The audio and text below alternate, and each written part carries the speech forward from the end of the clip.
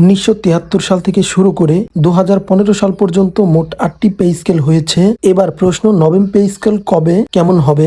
আমরা যদি ফিরে তাকাই ইতিহাসের দিকে, তাহলে দেখতে পাবো সরকারি চাকরিজীবীদের জন্য পে স্কেল এসেছে এই সালগুলোতে: 1973, 1977, 1985, 1991, 1997, 2005, 2009, সর্বশেষ 2015 সালে। এই হিসেবে এখন প্রায় 10 বছর পেরিয়ে গেছে, কিন্তু আর কোনো পে স্কেল আসেনি।